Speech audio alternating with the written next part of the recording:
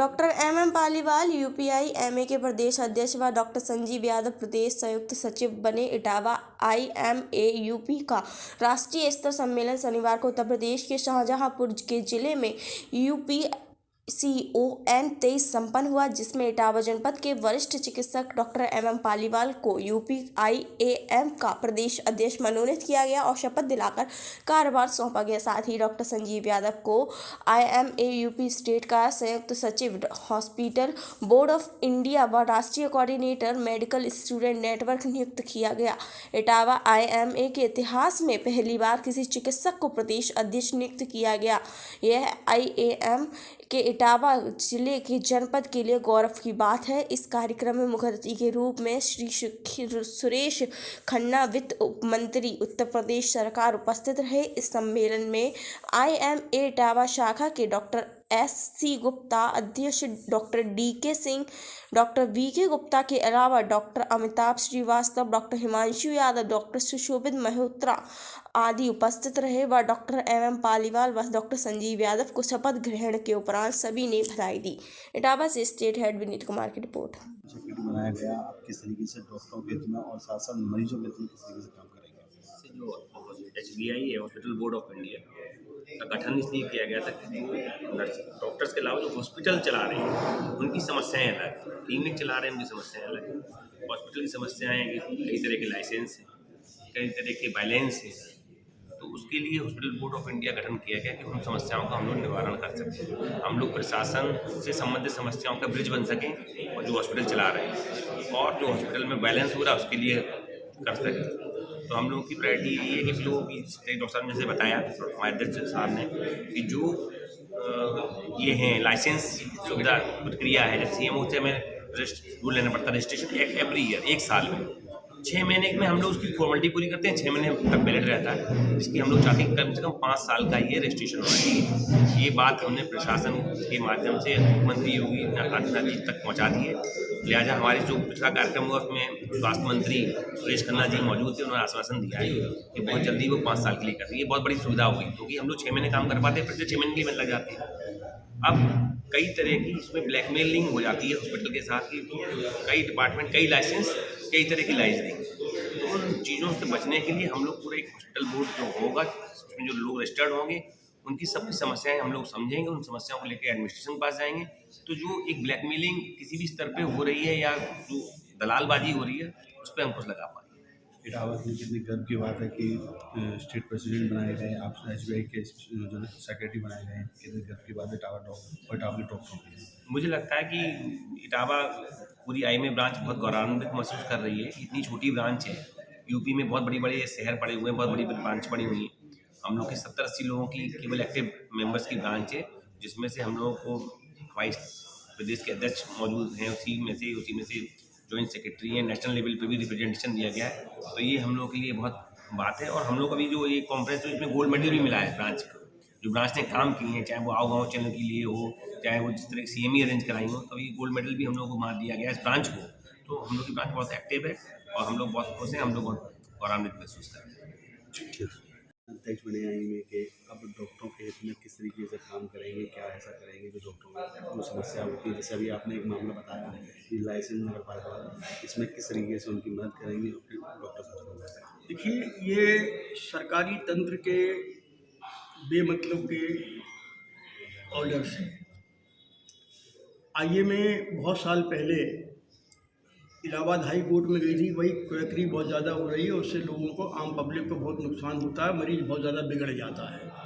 और बिगड़ा हुआ मरीज़ जब हमारे पास आता है तो कई बार ऐसा होता है कि हम उसके लिए कुछ करने लायक ही नहीं है, वही बचते हैं और कुछ कर भी नहीं पाते हैं। इतना बर्बाद करके वो लोग मरीज़ को भेजते हैं, उल्टे सीधे इलाज दे करके, कि वो मरीज़ अल्टीमेटली मरता हम लोगों के यहाँ।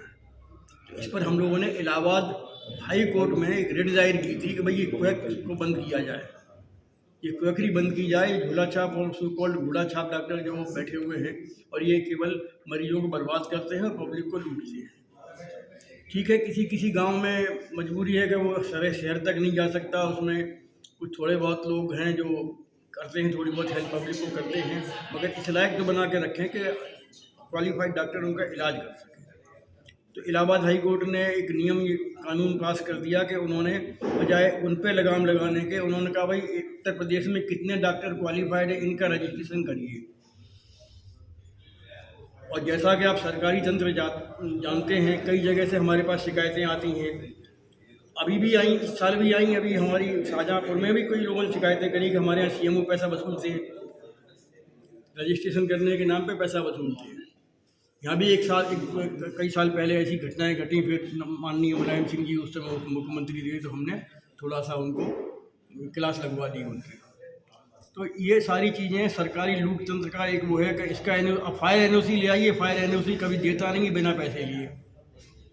उन्हें रुपया पहुँचाइए, NOC ले लीजिए, वो घर बैठे दे देंगे, तो देखने तक नहीं आएंगे कि आपके पास इंतजाम है कि नहीं। ऑफकोर्स ये अच्छी बात है कि हम लोगों के पास फायर इक्विपमेंट होना चाहिए, जिससे कि हम आग लग जाए बाई द वे तो उससे बचाव कर सकें। रास्ते ऐसे होना चाहिए कि मरीज हमारे सुरक्षित निकल सके। ये सारी बातें सही और हम लोग फॉलो करते हैं और कर रहे हैं, मगर उसके अलावा भी ये लोकतंत्र का एक तरीका है। तो सरकार नए नए नियम इसके लिए आगे में लड़ रही है। आप किस तरीके से लड़ाई जारी रखेंगे इसको? देखिए, पहली चीज़ तो हमारा संगठन है, हम लोग स्ट्राइक नहीं चाहते। स्ट्राइक सरकार के खिलाफ नहीं होती, वो आम पब्लिक के खिलाफ हो जाती है। क्योंकि हमारा काम एक ऐसा है कि अगर हम घर बैठ जाएं, हो सकता है कि हम बहुत बड़े डॉक्टर नहीं हैं, मगर एक दो लोगों का जो तकलीफ जो हम कम कर सकते थे हम नहीं कर पा रहे, क्योंकि हमें हड़ताल पर है। तो डॉक्टर्स की हड़ताल बिल्कुल ऐसे समय पर होनी चाहिए जब कोई चारा नहीं बचे हमारे पास, कोई चर्चा का हमारे पास संबंध ना हो, हम किसी से बातचीत न कर पाएँ, या एडमिनिस्ट्रेशन बिल्कुल सुन ही नहीं रहा है हमारी, और हम पर अत्याचार हो रहे हैं, तो हम भले ही इस तरफ जाएं, मगर लास्ट मोमेंट 99% हम लोग ये अवॉइड करते हैं कि हम स्ट्राइक पर न जाएं। नो स्ट्राइक, क्योंकि स्ट्राइक से कि पब्लिक को नुकसान होता है, सरकार पे कोई फर्क नहीं पड़ता। तो इस प्रकार से हम एडमिनिस्ट्रेशन पर बिना स्ट्राइक किए दबाव डालें,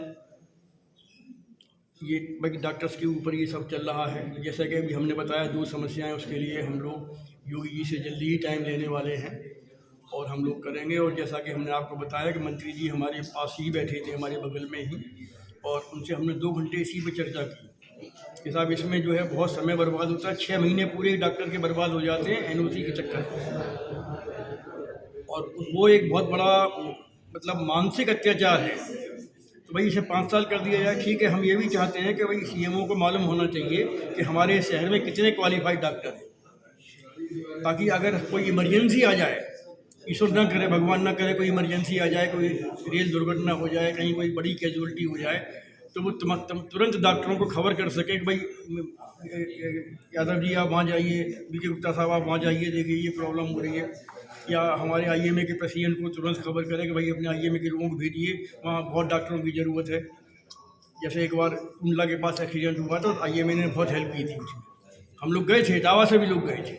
एक ट्रेन थी कोई पटना जाने वाली, उसका एक्सीडेंट हुआ था, काफ़ी कैजुअलिटी हो गई थी उसमें, और हमने बहुत बीभत्स सीन और बहुत ख़राब सीन और बहुत गंदा सीन देखा कि मरे हुए लोगों की जेबों से लोग पैसा निकाल रहे थे, औरतों की गले में से चेन छीन रही थी। हम लोगों ने जाके रोका था, पुलिस को बुलवाया था, पुलिस से कहा कि आपकी जिम्मेदारी है कि लुटने पिटने से बचे। इनके सामान लोग उठा उठा के ले जा रहे थे, क्योंकि हिंदुस्तान है, उन सब के लिए IMA करती है और IMA करती रहेगी और भी ऊंचाइयों पर जाके करेगी। और भी हम लोग चाहते हैं कि हम पब्लिक के लिए बहुत हेल्पफुल हो सकें। गांव में देखिए, डॉक्टर भी आदमी है, वो राक्षस नहीं है कि हम केवल पैसे के पीछे भागें, ऐसा नहीं होगा। क्योंकि हमें ईश्वर ने अगर कोई हुनर दिया है तो वही दिया है कि हम सेवा कर सकें लोगों की। अब पैसा कमाना एक मजबूरी भी है, क्योंकि रोजी रोटी भी चलानी है, स्टाफ भी मेंटेन करना है, अस्पताल भी चलाना है। जब उसमें खर्चा लगेगा तो हम खर्चा कहीं से तो निकालेंगे, मगर ऐसा नहीं है कि हम उसमें राक्षस हो जाएं। राक्षस कोई डॉक्टर नहीं होता, मजबूरी में कभी दोनों ही तरफ से बात होती है। कुछ तो गलतियां मरीज में होती हैं, कुछ गलतियां डॉक्टर में होती हैं, दोनों गलतियां मिल करके तनाव बढ़ाती हैं। आजकल जो डॉक्टरों के साथ मारपीट हो रही है, उसके लिए माननीय मुलायम सिंह जी ने एक मेडिकल प्रोटेक्शन एक्ट बनवाया।